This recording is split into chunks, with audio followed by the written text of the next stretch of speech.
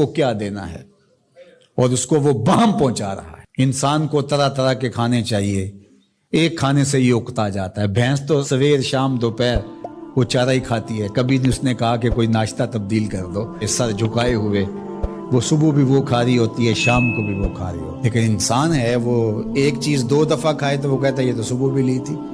سواد کری آئے جامع تغیر بھی ضروری ہے، کوئی رت ہو عمر بھر اچھی نہیں لگتی۔ اس کی طبیعت میں تنوع ہے، کبھی کہتا ہے کہ مجھے کھانے کے لیے میٹھا چاہیے، کبھی کہتا ہے مجھے نمکین چاہیے، کبھی کہتا ہے چٹکارے دار چاہیے، کبھی لحمیات کی آرزو ہوتی ہے، کبھی سبزیوں کی طرف اس کا دل مائل ہوتا ہے، کبھی کہتا ہے کہ نہیں آج میں نے یہ لینا ہے، آج میں نے وہ لینا ہے، اور میرے اللہ نے اس کے لیے سارے انتظام کر رکھے ہیں۔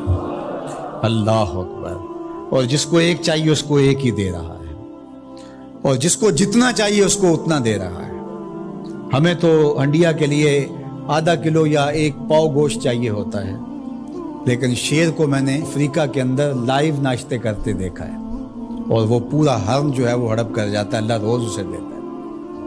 ہنس ایک پرندہ ہے، وہ سچے موتی کھاتا ہے، اور سچے موتی پنساری سے آپ لینے جائیں تو تولوں ماشوں میں ملیں، اور وہ بھی لاکھوں روپے میں، اور وہ بھی تیقن سے آپ نہیں کہہ سکتے کہ اس میں 2 نمبری تو نہیں ہے، یہ واقعتاً صحیح ہے، چونکہ آج کل تو یہ چیزیں چلتی ہیں، لیکن اس کو پیٹ بھر کے چاہیے ہوتے ہیں صبح شام دوپہر۔ اور دنیا کے اوپر ایک ہنس نہیں رکھا ہوا اللہ نے، لاکھوں ہنس کروڑوں ہنس دنیا پہ پائے جاتے ہیں، اور ان کو اربوں موتی روز چاہیے، اور اللہ روز عطا کر رہا ہو۔ تو یہ ہے اس کی ربوبیت، جس کو جو چاہیے وہ عطا کر رہا ہوتا ہے۔ رب العالمین، تمام جہانوں کا پالنے والا ہے۔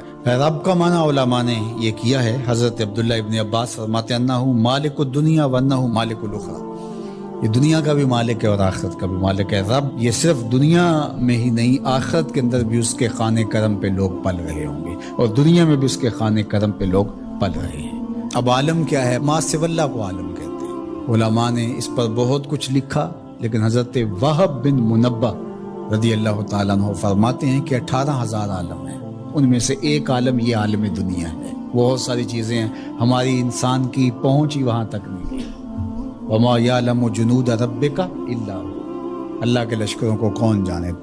اللہ، وہی جانتا ہے اس نے کیا کیا پیدا کیا۔ انسانی مرغ عقل تھک کے گر جاتا ہے۔ اللہ اکبر۔ تو کہا رب العالمین، تمام جہانوں کا پالنے والا۔ اچھا، یہاں رب المسلمین نہیں کہا گیا، رب المطیعین نہیں کہا گیا، رب المتقین نہیں کہا گیا، صرف نیکوکاروں کا، اچھے لوگوں کا رب ہو۔ جو نہیں مانتے وہ ان کا بھی رب ہے، جو انکار کرتے ہیں ان کا بھی رب ہے۔ اللہ اکبر۔ یہ اس کی ربوبیت کی شان ہے کہ وہ اپنوں بیگانوں کو سب کو نواز رہا ہے۔ اور اگر آپ کی توجہ ہو تو یہاں ایک جملہ اور کہنا چاہوں گا، رب کا لفظ جو ہے وہ واحد ہے اور عالمین جمع ہے۔ رب العالمین، ایک رب اتنے جہانوں کو پال رہا ہے، ایک رب اتنے جہانوں کو پال رہا ہے۔ چلو اس سے آگے ایک اور بات کروں، رب واحد ہے اور عالمین جمع ہے، تو ایک رب کے کئی بندے ہو سکتے ہیں، ایک بندے کے کئی رب نہیں ہو سکتے۔ اس لیے رب کو واحد رکھا، عالمین کو جمع رکھا،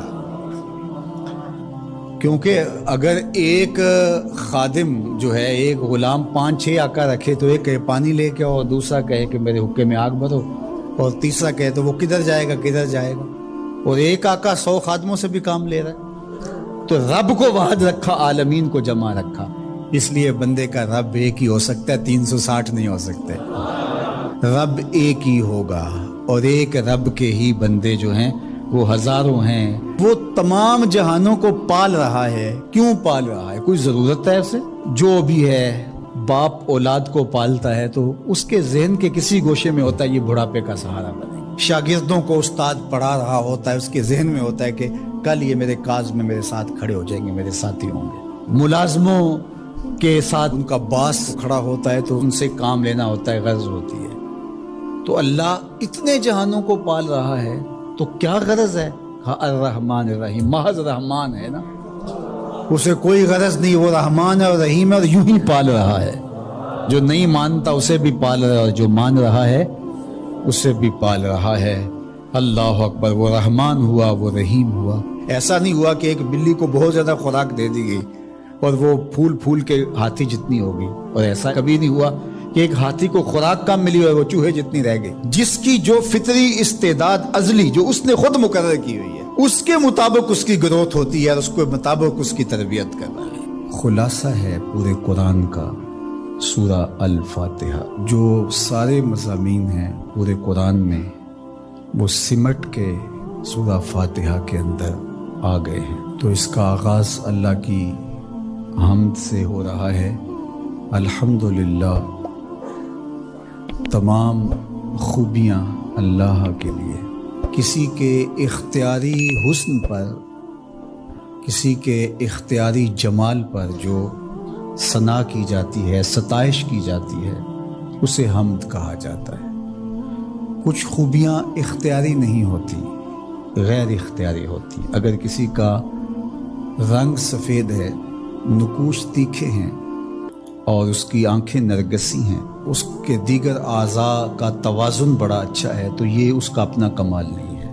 ایک شخص عالم ہے، اس نے پڑھا، محنت کی، آگے بڑھا، تو یہ اس نے محنت کر کے ایک چیز حاصل کی، تو اس کا وصف بیان کرنا اور اس پر ثنا کرنا یہ غیر اختیاری حسن نہیں ہے بلکہ اختیاری ہے۔ تو کمال وہ ہوتا ہے جو چیزیں اختیاری ہوں۔ تو اللہ جل شانہ کی حمد اس لیے کی جاتی ہے کہ اس کی چیزیں، اس کا حسن غیر اختیاری نہیں ہے، وہ اس کا اختیاری ہے۔ اللہ اکبر۔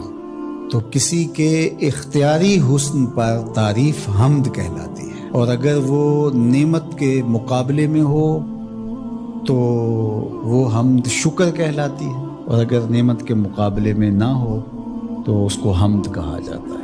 حضرت کعب احبار رضی اللہ تعالی عنہ فرماتے ہیں کہ الحمد کی تفسیر ثناء اللہ ہے، اللہ کی ثنا، اللہ کی تعریف۔ اور حضرت ضحاک بن مزاحم نے اس کا ترجمہ کیا ہے الحمدللہ رداء الرحمن، یہ رحمان کی چادر ہے۔ جس طرح چادر زینت دیتی ہے اور وقار کی علامت ہوتی ہے، اور اہل عرب کندھے کے اوپر چادر ڈال کر کے جو ہے وہ ایک خاص ان کی حیت ہوتی ہے۔ یہاں گرمی سردی سے بچاؤ کے لیے چادر لی جاتی ہے، لیکن عرب میں چادر جو ہے وہ زینت کے لیے لی جاتی ہے، اور وہ آپ نے دیکھا ہوگا کہ عرب علماء یہاں کندھے پہ چادر رکھتے ہیں، تو وہ زینت کے لیے ہوتی ہے، ضرورت کے لیے نہیں ہوتی۔ تو اس لیے یہاں جو رداء الرحمن کہا گیا ہے، تو الحمد رحمان کی زینت ہے، وقار کی چادر ہے۔ ثنا کی جتنی بھی قسمیں اور جتنی بھی صورتیں ہیں وہ اللہ کے لیے، وہ ڈائریکٹ تعریف کی جائے تب بھی اللہ کی، انڈائریکٹ تعریف کی جائے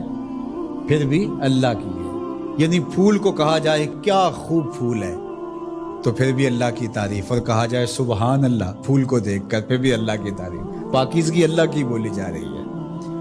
اور اگر اس کی درزوں کو، اس سے مہکتی نکلتی خوشبو کو، اس کے رنگوں کا جمال اور اس کی لطافت دیکھ کر کے کہ واہ کیا کھلا ہوا شگفتہ گلاب ہے، تو آپ گلاب کی تعریف کر رہے ہیں لیکن خالق گلاب کی تعریف کر رہے ہیں، یہ انڈائریکٹ تعریف۔ تو خوبی کی جتنی بھی صورتیں ہیں، چاہے وہ ڈائریکٹ ہو، چاہے وہ انڈائریکٹ ہو، چاہے وہ قولن ہو، رویتاً ہو، فعلاً ہو، جس طرح ہو، اللہ کے لیے ہے۔